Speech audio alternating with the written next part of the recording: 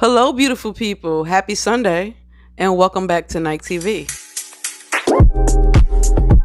not that I don't want you here. Yeah. It's not about the way you stare into my eyes. Today's Death on a Dirt Road feature will be Kayla Moore. And her co-defendant, we can't forget him, Mr. Jayson Miles, but heavy on the Kayla Moore. Okay, that's where the emphasis is for this episode. If you've been here a while, then you know that Death on a Dirt Road is usually reserved for people that I have met, I have spoken to, was able to assess their personality and kind of get an overall picture of the impressions that they made on me, and Kayla is no different. I have never met her co-defendant, so I'm not going to be saying much about him. I am going to mention him as it relates to this particular crime, but that is the reason why there is emphasis on Kayla and not on Jayson. On April 15th, 2017, firefighters were called to a home in New Ellington, South Carolina, after a house fire erupted.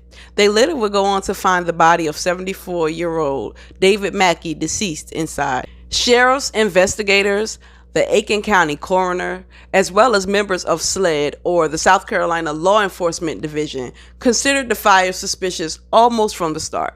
And as a result, they began investigating almost immediately, and David's body was taken to Newberry, South Carolina for autopsy. They were determined to find the cause and origin of that fire. Fast forward about 24 hours when 18-year-old Kayla Moore and 17-year-old Jayson Miles would be found near Conyers, Georgia, after they had located Mackey's car about 35 miles east near Madison County, Georgia. Aiken County Sheriff's Captain Eric Abdullah stated that the teens had killed David Mackey back home in New Ellington and set his mobile home on fire that past Saturday. Authorities then charged them both with murder as adults after being found in possession of David Mackey's car. Investigators would not release David Mackey's cause of death, which led some to speculate that he was already dead at the time of the fire, and that the fire had been used as merely a red herring or some sort of diversion to deter investigators from finding out the real cause of death.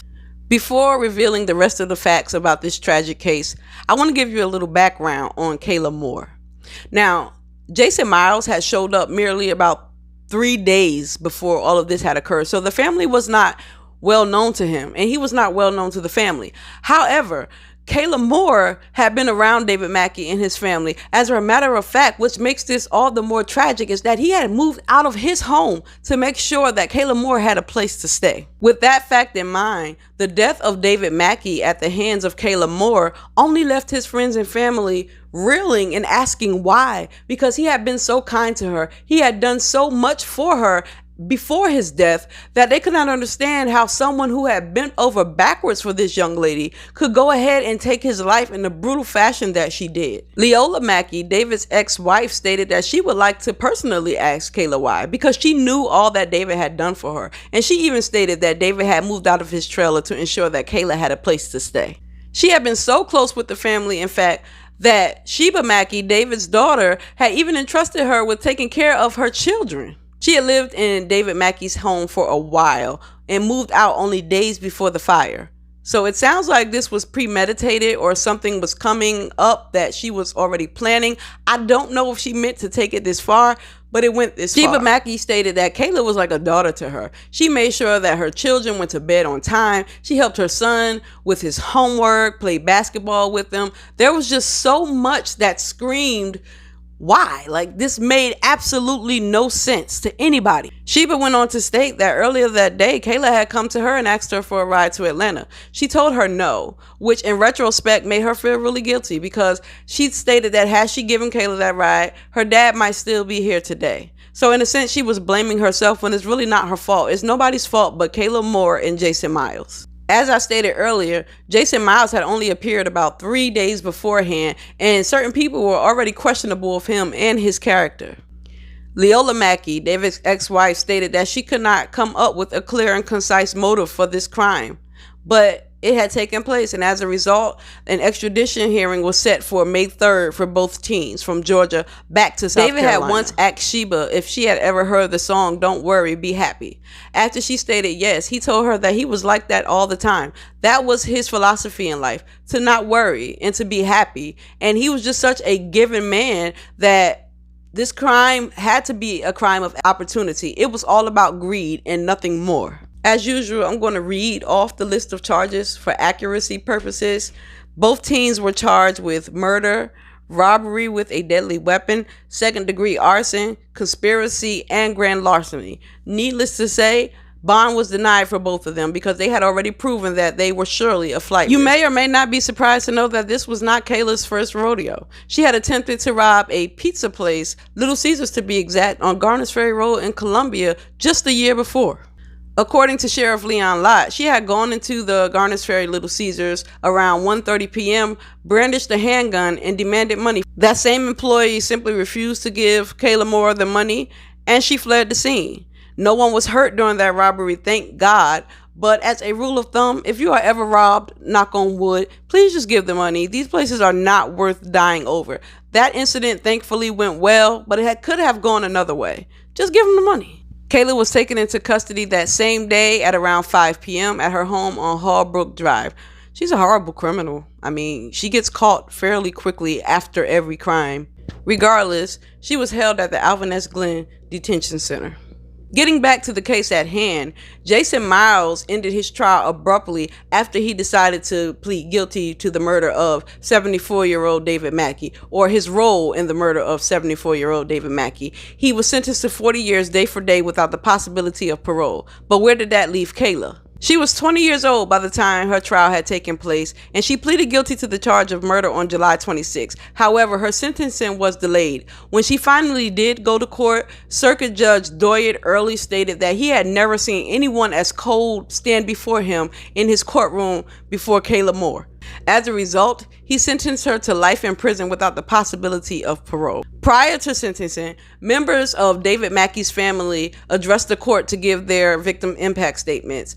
And one of David Mackey's sons came up and stated that he would like to see her spend the rest of her life in prison, which prompted Little Miss Ma'am to interrupt him to say, "That was cute." Kayla Moore was asked if she had anything to say after she had showed no remorse during the entirety of the trial. And when she was asked that question, she stated, "I have nothing to say. What is there to say?" She was right. There was nothing to say. Words could never bring David Mackey back. Not her sincere ones, or not the ones that she was going to come up with off the top of her head, because as you can see, she had no remorse. To her, that was cute. Judge Early even asked her if there was anything she wanted to say to David Mackey's family, and she simply responded, no. Mackey's family erupted in court after Kayla Moore was sentenced to life in prison. And I will add that she had no one in court to support her during the entirety of this trial, which speaks volumes of her upbringing. Lakeisha Davis, David Mackey's stepdaughter, said that Kayla had no soul. Charles Hayes, Kayla's defense attorney, went on to say that she had antisocial personality disorder. They always give these blanket mental diagnoses when people go to trial for this sort of thing and they show no remorse. They try to pad this whole thing with mental illness, although mental illness, it is real. And you should take stock of your mental health. However, that does not eradicate you of the ability to know right from wrong. And it is important to note that the autopsy results did finally reveal David Mackey's cause of death. He had died from blunt force trauma and sharp force injuries to his body, which all in all means that he was beaten and stabbed to death. Investigators later learned that that blunt force object was a hammer, and he was beat multiple times about the head and face. This was a tragic case all the way around.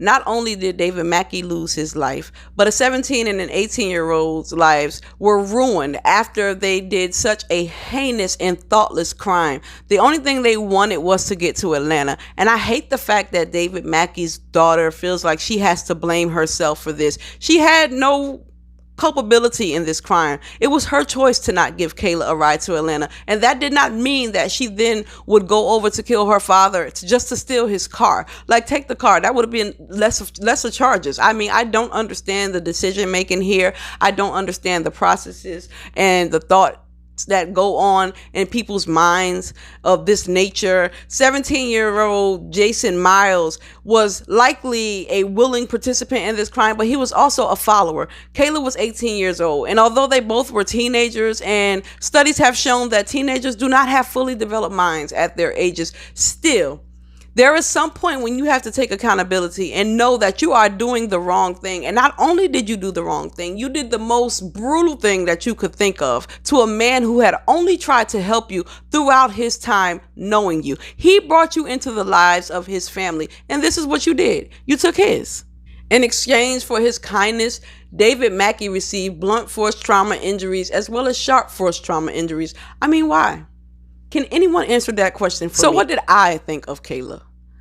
To me, again, Kayla never gave me personally any problems. I've seen her with an attitude. I've seen her get mad, and I've seen her do some really, really dumb things. But personally, she has never disrespected me. She has never come out of her face wrong with me. But that does not mean that I did not see her do those things to others. She was a well-known disciplinary problem on the yard. She had murderous tendencies. And I can say that because one day when she got out of lockup, she was fighting with another inmate over another inmate, and once that inmate got out of lockup following Kayla's release, Kayla had hatched a plan to go into that inmate's building to kill her. They found her later on in this inmate's room, and she did not even live on that housing unit. So guess what? She had to be let on that building. So there was something going on all around. And this girl has scissors. She has taken from the commissary, and she was fully prepared to take this young lady's life in exchange for the girl that they were fighting over. I don't know if it's death before dishonor.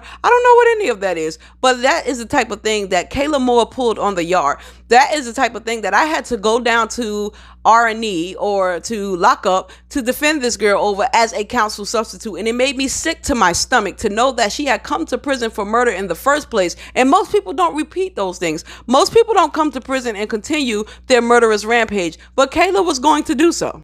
They babied this girl in prison, though. I remember they gave her chance after chance after chance. She was out of lockup soon after the investigation was over, pending the fact that she did not actually kill this young lady, and so that they had nothing to work with. Now, this other young lady was no angel. She was known for slicing people's faces on the yard. She was really a brutal inmate herself, but she was charming to those that she needed to be charmed around. So, I mean, they really had met their match in each other, but still, the fact remains that Kayla was honestly going to kill this girl. So she learned nothing by coming to prison for the rest of her life at such a young age. She was fully prepared to do it again with the mindset of, what can they do to me? They're not going to give me the electric chair. I mean, what can they do? Give me another life? I only have one life to live. So after I do this, what else can they do to me? And that is the scary thing about people like Kayla Moore. She uses drugs on the yard. She runs after these females, but she definitely does have that antisocial personality, because this girl is so numb to things that affect other people, but not herself. She will pull a whole holy fit if she feels like she's being mistreated or things are not going her way. But when it comes to someone else, she has nothing to say. You know, that was cute, and I don't have anything to say. What else is there to say? Those were the things that she uttered in court. And that's exactly the way that she lives her life, with no accountability and no remorse. And if you search for her on the SCDC inmate search, you will never find her. Why? Because she had become such a problem that they had to ship her out of state to be housed elsewhere to continue her prison sentence, because she just was too much to handle here in South Carolina. Now, that is not a usual thing to do an interstate compact and send an inmate off to another state to be housed there, but it does happen. I don't know if you guys had heard of the riot that had gone down at Lee Correctional Institution, and I will cover that at some point on this channel, but all of them that were involved were shipped off to another state, and some were brought back to go to the Broad River Secure Facility for housing. But I mean, so it's not an unusual thing, but it's not an often type of thing. You really have to be a disciplinary problem. You really have to be someone that they cannot deal with. There was another young lady by the name of Clara Player, and she had come from Illinois, and she was such a problem that they really shipped this girl back to Illinois. there are just times where you have to throw your hands up and say, you know what, I need help. And Kayla Moore was a prime example of that. She had to go, and she had to go somewhere where the staff was more equipped to handle her type of personality. And she had to go somewhere where the inmates were not going to take the mess that she was giving them. Now, I hate to say it, but SCDC does baby these inmates. They do have a tendency to coddle them. And as a result, they do not get the punishment that they deserve. And in a lot of places, and a lot of cases, there's a cap placed on the amount of time that they can remain in lockup. It didn't used to be that way. Inmates were in lockup for years, but the Department of Mental Health stated that that could no longer happen. So there was a cap placed on the amount of time that these inmates could stay in lockup, which is beyond me. How do you place these people not only in the path of inmates who are vulnerable and who really can't take care of themselves, because we do have some old and decrepit inmates on the yard, but you also place them in the danger and in the immediate view of staff who only have gas and handcuffs to really protect themselves. And a lot of them are not going to for fear of losing their jobs. That part is beyond me, because I know one thing, you can never say what you will do in the course of an incident, but I'm gonna tell you what, you're gonna come out swinging, because fear is going to make you react. I don't care all the defensive tactics that they can teach you. You are going to use what you know when it comes down to protecting you and your life. I've only seen one case where an officer was assaulted and she did not fight back for fear of losing her job. And I did not understand that to this day. Was I ever assaulted? Yes, mildly, but still, I had to do what I had to do before calling on the radio and telling them to come and get this girl off of my job. But it happened, and it could have been much worse. Another inmate stepped in for me, but that is not always the case, because once again, you have to lock those doors. So had we not been transitioning from them coming back from lunch, I would have been totally alone with this girl. She walked on my building to find her girlfriend, and she went plumb crazy because I told her she had to go. So things like that do happen, and you place these officers, I'm sorry, but they are very vulnerable with these inmates, and a lot of them become complacent due to the fact that it does not happen often, but it does happen. So people like Kayla Moore have to be shipped out. That's the logic in all of this. I understand why they sent her to another place, because somebody was going to end up dead around this girl. And she is a prime example of the failure of the prison system. They do not always rehabilitate. I mean, people like her who have a life sentence, sometimes if you're not there to help yourself, the system is going to chew you up and spit you out. And in most cases, it's going to disregard you, because you already show that you have no care for your life, no concern for your well-being. Why should they? But I'm getting off on a tangent. I just wanted to say that Kayla Moore is definitely the type of person who would kill a kind soul like David Mackey. She is psychotic in the way that she knows who to be charming with, and she knows who to show her behind with. She knows how to put on that act so that you won't think that it's her, but it's almost always her. And that was scary. And I always watched my back when it came down to that girl. I remember one time we had a program. We were outside and this religious group came to perform, and they were playing like gospel songs and everything. And she stood by me and we were talking because she had just gotten out of lockup and she wanted me to do something for her as I was in classification at that time. And she was on my caseload at that point. And she was like bopping to the music, and she was stating that she wanted to turn her life over. And for a split second, I got really excited and I got really happy for Kayla. But then it dawned on me that this is only an act. And sadly, it was. I mean, you should let people work out their own soul salvation. Yes, I know that. That's between her and God. However, I believed her for the slightest of moments, because as soon as she was out of my sight, as soon as that performance was over, Kayla was right back in trouble. So, I mean, what are you going to do? Some people you just cannot help because they are not willing to help themselves. And Kayla Moore is one of them. Jayson Miles, I'm sorry that you were a follower and not a leader. I'm sorry you got entangled with someone like Kayla Moore. And I'm not going to blame it all on her because you have your own mind. But at the same token, this is a prime example of no guidance, of no family support, of no backup, of no one there to teach you right from wrong. From what I know, she had a very estranged relationship with her mother, if she knew her at all. I know she was raised largely by her father and her stepmother, so I don't know where the mother fits in throughout this picture or if she fits in at all. But there you have it. Protect these babies at all costs.